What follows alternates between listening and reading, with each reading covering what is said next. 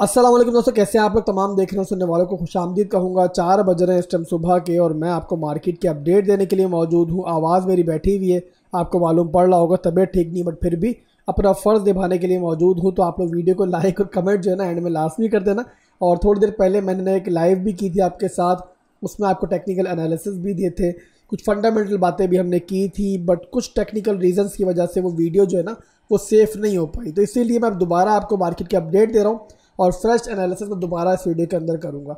सबसे पहले बात करेंगे दोस्तों, आज जो फंड आई मार्केट के अंदर बाइनेंस के अबाउट, कि बाइनेंस के ऊपर जो भी केसेस चल रहे थे डिपार्टमेंट ऑफ जस्टिस की तरफ से, जो इन्वेस्टिगेशन चल रही थी, उसमें एक ब्रेक थ्रू ये हुआ दोस्तों कि आज सीजी ने अपने ऊपर लगने वाले इल्ज़ामात में से एक इल्ज़ाम को एक्सेप्ट किया और उसके बदले में एक बहुत बड़ा फ़ाइन जो है वो अब तैयार है बाइनेंस देने को। तो यहाँ पर ये सारी फर्क थी जो मार्केट को हिट हुई और उसी रीज़न की वजह से आपको बिटकॉइन भी वीक होता हुआ दिखाई दिया और साथ ही साथ बीएनबी के प्राइस के अंदर आपको लगभग यहाँ पर 11% का डंप देखने को मिला, जो कि अब बढ़कर मेरे ख्याल है 12-13% तक हो चुका है। तो ओवरऑल यहाँ पर मार्केट में ये फंड हमें आती हुई दिखाई दी। अब यहाँ पर आप लोगों का सवाल ये होगा कि आसिफ भाई क्या बाइनेंस खत्म होने जा रही है, क्या हमें अपने फंड्स निकाल लेने चाहिए बाइनेंस से। तो मेरे भाइयों, इसका मैं जवाब आपको आसान से वर्ड में देता हूँ। पहली चीज़ तो ये कि मुझे नहीं लगता कि बाइनेंस खत्म हो जाएगी और मुझे नहीं लगता कि बाइनेंस जो है नेक्स्ट FTX बनने जा रही है। मुझे लगता है कि बाइनेंस इस फंड को सर्वाइव कर जाएगी, बट यहाँ पर अगर 1% भी चांस है बाइनेंस की बर्बादी का, तो वो चांस आखिर हम क्यों लें। इसका मतलब ये है दोस्तों कि हमें किसी भी एक्सचेंज पे 100% भरोसा नहीं करना है, चाहे वो बाइनेंस हो, चाहे वो बिटगेट हो, बायबिट हो, कोई भी एक्सचेंज हो मेरे भाइयों, चाहे 1% चांस हो, बट एट द एंड वो एक सेंट्रलाइज्ड एक्सचेंज है। वो यहाँ पर दिवालिया भी हो सकती है, वो भाग भी सकती है। तो हमें लाजमी अपने जो पोर्टफोलियो है उसको डाइवर्सिफाई करना चाहिए। इसके लिए क्या करना होता है दोस्तों कि 2 से 3 एक्सचेंजेस को चुनो और उसके ऊपर अपने पोर्टफोलियो को बांट लो, ताकि अगर एक एक्सचेंज भाग भी जाए, अल्लाह ना करे, तो आप लोग बिल्कुल ना डूब जाओ, बल्कि बाकी 2 एक्सचेंजेस पे जो माल पड़ा हुआ आपका उसके थ्रू आप लोग सर्वाइव कर जाओ। इसीलिए दोस्तों आप लोग चाहो तो बाइनेंस को चुन लो, बिटगेट को चुन लो और इसके अलावा जो एक्सचेंज आपको अच्छी लगती है उसको आप लोग चुन सकते हो। तो पूरी तरीके से बाइनेंस से आउट होने की भी जरूरत नहीं है और पूरी तरीके से बाइनेंस पर रिलाई करने की भी जरूरत नहीं है। आसान से अल्फाज में समझा दिए, उम्मीद करता हूं कि आप लोग समझ चुके होंगे। इसके बाद चलेंगे दोस्तों बिटकॉइन के चार्ट के ऊपर टेक्निकल एनालिसिस करेंगे। डेली टाइम फ्रेम का चार्ट मेरे पास ओपन है। यहाँ पर पहले ट्रेंड देखते हैं क्या चल रहा है और हमारे पास सपोर्ट एरिया कौन सा है फिलहाल के लिए इस पूरी रेंज का। तो यहाँ पर देखो तो bitcoin higher highs higher lows बना रहा है, अप ट्रेंड हमारा इंटैक्ट है। और यहाँ पर ट्रेंड के हिसाब से देखें तो ये बिटकॉइन ने बनाया एक हायर हाई, ठीक है, फिर एक हायर लो बना। यहाँ पर प्रीवियस स्ट्रॉन्ग लो को बिटकॉइन ने रिस्पेक्ट दी, दोबारा एक नया हाई बनाया, एक नया स्ट्रॉन्ग लो बना इस रेंज के ऊपर। अब जाहिर सी बात है बिटकॉइन को नीचे आना था तो इस रेंज को रिस्पेक्ट देना था, तब भी बिटकॉइन जो है अपनी पॉजिटिविटी बरकरार रख सकता था। तो यहाँ पर दोबारा बिटकॉइन ने इस रेंज को रिस्पेक्ट दी, दोबारा ऊपर गया, बट इस बार क्या हुआ कि हमें इस रेंज के ऊपर अभी तक एक नया हाई नहीं मिल सकता। जब नया हाई नहीं मिला तो जाहिर सी बात है जो हमारा प्रीवियस हाई लो का एरिया है वही हमारा स्ट्रॉन्ग लो है और बिटकॉइन को अगर पॉजिटिव रहना है तो इस रेंज को हर हालत में होल्ड रखना है, इसको रिस्पेक्ट देना है। अगर इसको बिटकॉइन लूज करता है इस तरीके से और क्लोजिंग इस रेंज से नीचे हो जाती है तो जाहिर सी बात है हमारा जो अप ट्रेंड है वो स्ट्रक्चर टूट जाएगा और उसके बाद फिर बिटकॉइन के नीचे की जो हमारी रैली है वो स्टार्ट हो सकती है। तो यहाँ पर फिलहाल के लिए हमारी जो रेंज है वो डेली के अंदर होल्ड है। अब चलते हैं इस चार्ट को लेकर हम लोग अपने 4 घंटे के टाइम फ्रेम के अंदर कि वहाँ पर क्या चल रहा है।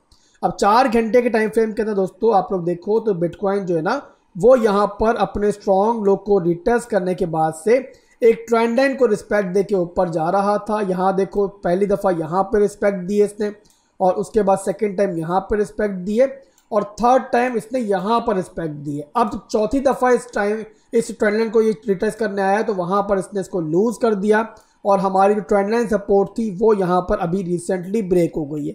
अब इसके बाद दोस्तों अगर हम इस चार्ट को लेकर चलते हैं स्मॉलर टाइम फ्रेम के ऊपर यानी कि इंट्राडे टाइम फ्रेम के ऊपर, तो वहाँ पर देखेंगे तो वहाँ पर दोस्तों हमारा जो स्ट्रक्चर है, इंटरनल स्ट्रक्चर है, वो यहाँ ब्रेक हो चुका है, जिसके बारे में मैंने थोड़ी देर पहले आपको लाइव में भी बताया है।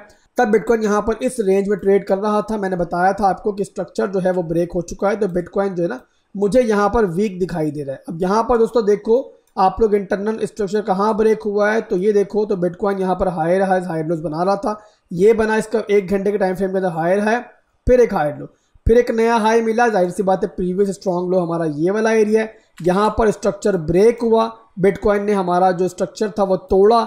इसके बाद यहाँ पे एक रिटेस्ट लिया अपने सप्लाई जोन के ऊपर, जो कि 4 घंटे के अंदर मैंने बनाया हुआ है, और उसके बाद यहाँ पर अब रिजेक्शन स्टार्ट हो चुकी है। तो बिटकॉइन की वीकनेस जो है दोस्तों अब यहाँ पर मार्केट में क्लियर दिखाई दे रही है, और यहाँ पर बिटकॉइन जो है एक्सपेक्ट किया जा सकता है कि जो हमारा रेंज लो का एरिया है और जो बिटकॉइन का स्ट्रॉन्ग लो का एरिया है वो यहाँ पर जो है ना रिटेस्ट कर सकता है। तो यहाँ पर दोस्तों सारे के सारा दारोमदार जो है ना अब इस स्ट्रॉन्ग लो के एरिया के ऊपर है, ये होल्ड है, तो मार्केट में म्यूजिक चल रहा है। बिटकॉइन ये एरिया लूज करेगा तो म्यूजिक भी खत्म, और वहां पर आपको साइड पे होके बैठना है। अब इस बारे में दोस्तों मैंने कल भी आपको बताया था, जब भी बिटकॉइन इस रेंज में आया है मैंने बार बार आपको बताया है कि ये हमारा एसआर जोन है। प्रीवियसली हमें 2 दफा जो है वो यहाँ पर एक इसी रेंज से बिटकॉइन रिजेक्ट होता हुआ दिखाई दिया है। तो एसआर जोन के अंदर एक तो आप लोग कोई नई पोजीशन ओपन नहीं करो, जो पोजीशन ओपन है उनके अंदर भी स्टॉप लॉस लगा के चलो।